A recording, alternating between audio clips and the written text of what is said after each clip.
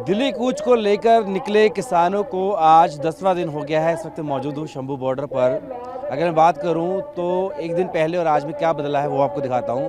दरअसल निशान तस्वीरें दिखाइए, जो पॉपक्लेन मशीन जो हमने कल देखी थी, जिनका इस्तेमाल बैरिकेड को तोड़ने में किया जाना था, सड़क पर थी। अब वापस उसको यहाँ पर ट्रैक्टर पर लाद लिया गया है और विशेष रूप से इन पॉपक्लेन मशीन्स को तैयार किया गया था। खासकर मैं अगर बात करूं तो जो ड्राइवर का केबिन है उसको बख्तर बंद बनाया गया था, ताकि अगर सामने से जिस तरीके से देखा था हमने कि आंसू गैस के गोले चले थे, उसका असर ना हो, ड्राइवर को सीधे तौर पे देखा ना जा सके, उस पर बल प्रयोग ना हो, इसको लेकर के ख़ास इंतज़ाम किए गए थे और ऐसी कई मशीनें अलग अलग बॉर्डर पर तैनात की गई थी। अब देखिए जो किसान हैं आगे नहीं बढ़ पाए, तो अब इन जो पॉपक्लेन मशीन है उनको फ्रंट से हटा लिया गया है और यहाँ पर हम देखें तो उनको वापस ट्रॉली में लाद दिया गया है।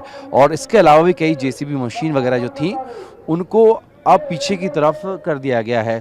कुल मिलाकर देखें तो इसको लेकर के बड़ी कह सकते हैं कि विवाद भी चल रहा था। जिस तरीके से हरियाणा के जो डीजीपी हैं उन्होंने पंजाब सरकार को लिखा कि बॉर्डर्स पर इस तरह की जो मशीनों की तैनाती है उसको कम किया जाए, और उसको लेकर के पंजाब सरकार ने भी, पंजाब के जो डीजीपी हैं उन्होंने पटियाला के आईजी रेंज को भी कहा था कि उनको हटाया जाए। देखिए यहाँ पर आपको दिखाऊं तो पंजाब पुलिस की जो कह सकते हैं मुस्तैदी है या जो यहाँ पर मौजूदगी है वो भी पहले से बढ़ी है और ख़ुद वो बॉर्डर पर जाकर जायज़ा ले रहे हैं। जिस तरह की स्थिति देखने को मिली थी एक दिन पहले, वो आगे ना रहे। लेकिन बड़ी बात यही है कि अगर मैं बात करूँ एक दिन पहले, तो ये पूरा का पूरा जो रास्ता है यहाँ पर भरा हुआ था। जिस तरह की पीछे आप मेरे पॉपक्लेन मशीन देख रहे हैं, ऐसे ही बहुत सारी जेसीबी मशीन, साथ ही साथ में ट्रैक्टर को जो मॉडिफाई किए गए थे उसमें हुकर्स थे, वो पूरा रास्ते पर लगे हुए थे। लेकिन अगर हमें देखूं 24 घंटे बाद जो सूरत है वो बदली है।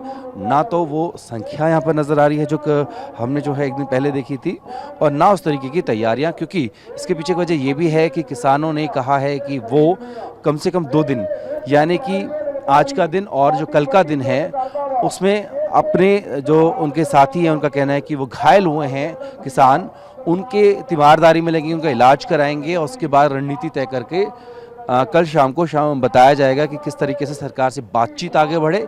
साथ ही साथ आगे फिर से कूच करना है या नहीं करना है, इस पर निर्णय लेंगे। वहीं दूसरी तरफ निशान ज़रा दिखाइए, हमने आपको पूरी स्ट्रैटेजी बताई थी कि कैसे जो मिट्टी के बोरे हैं, रेत से भरे हुए बोरे हैं, उनको यहाँ पर लगाया गया था। अगर मैं बात करूँ तो एक दिन पहले कम से कम 8 से 10 ट्रॉलियाँ थी, उनमें भरे हुए थे। अब देखिए जो ट्रॉलियाँ आपको खाली नज़र आ रही है, उनकी संख्या भी कम हुई है। हालांकि जो कट्टे थे, जो हमें पता लगा कि 20,000 के करीबन तैयार किए गए हैं, उनसे एक बंकर ज़रूर बना दिया गया है और कहा गया था कि ये इनसे एक टेम्परेरी पुल बनाया जाएगा और उसका इस्तेमाल पार करने में किया जाएगा अगर पॉपक्लेन मशीन से बैरिकेड तोड़ने में कामयाब नहीं होते हैं। किसानों की तरफ क्या बदलाव वो हमने आपको दिखाया। अब कोशिश करूंगा कि मैं आपको दिखा पाऊँ कि दूसरी साइड जहां पर हरियाणा पुलिस और जो अर्धसैनिक बल हैं उनकी तैनाती की गई है, वहां स्थिति जस की तस है। जिस तरीके से कल हमने देखा था कि बड़ी बड़ी मशीनें उस तरफ भी लगाई गई हैं, पॉपक्लेन मशीन वो अभी के अभी वैसे ही लगी हुई है। साथ ही साथ अगर बात करूं तो सुरक्षा के जो कर्मी जो हैं वो, और साथ में बैरिकेडिंग और जो तमाम जो इंतजामात थे वो हर दिन बढ़ रहे हैं और उसको और भी ज़्यादा पुख्ता किया जा रहा है। फिलहाल अगर हम बात करें तो जिस तरीके से 2 दिन का किसानों की तरफ से कहा गया है कि वो विराम ले रहे हैं और आगे नहीं बढ़ेंगे, तो वो स्थिति यहाँ पर वैसी दिख रही है और कई चीज़ें जो बदली हैं वो भी हम आपको लगातार बता रहे हैं। अपने सहयोगी निशांत के साथ जितेंद्र भाटी, भारत, शंभू बॉर्डर, पंजाब।